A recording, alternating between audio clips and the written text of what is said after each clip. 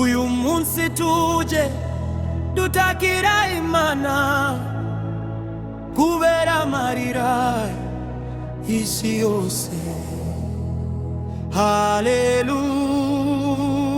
Haleluya, haleluya. Mana yera turagushima, waremye isi n'ibirimo.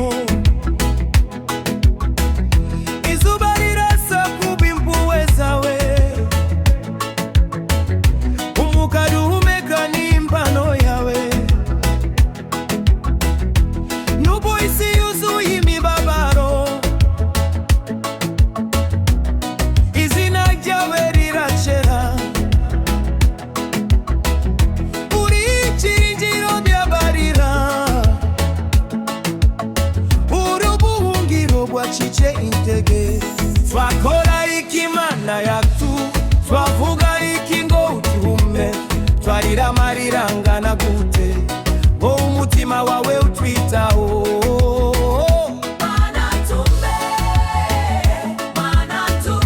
Amahoro yawe turayakeneye, isi yose iragutakira.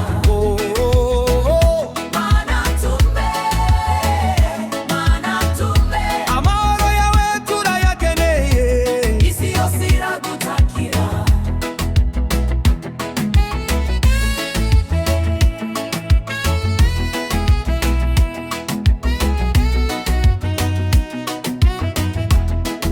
Reba isi yawe Mana, abana baryama batariye, inzara irya imiryango, ababyeyi bararira mw'ijoro. Imico irasenyuka, abantu bahunga igihugu, intambara ira isi. Umutima muntu wuzuye urwango, mu Ukraine bararira, mu Sudani ni South Sudan amarira aratemba, mu DR Congo amarira aracyatemba,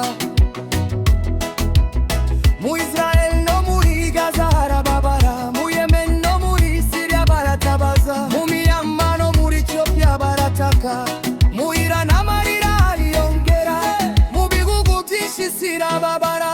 Mana uzayumva riyari cyangwa uzayumva bose bashize?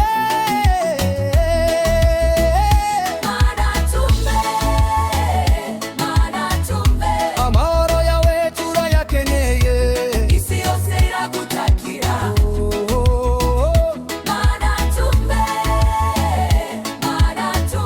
Amahoro yawe turayakeneye, isi yose iragutakira. Mu bantu bawe washize mu isi, ninde washizemo amasegariyana? Ninde wateye urwango mu mitima y'abavandimwe? Ese iri ni ryo herezo ryacu? Ese nibyo tugomba kwemera? Twangwa hari ibyiringiro byasigaye mu rukundo rwawe. Twarira amarira angana gute mutumve Mana, ngo umukiro wawe utwita. Mana tumve, Mana tumve. Oh, subiza amahoro mu isi, subiza urukundo mu bantu. Amahoro, amahoro. Niba uru ari urugendo rwacu, Mana dufashe tururangize neza, kuko turi abana bawe Mana. Tuzaririmba amahoro yawe.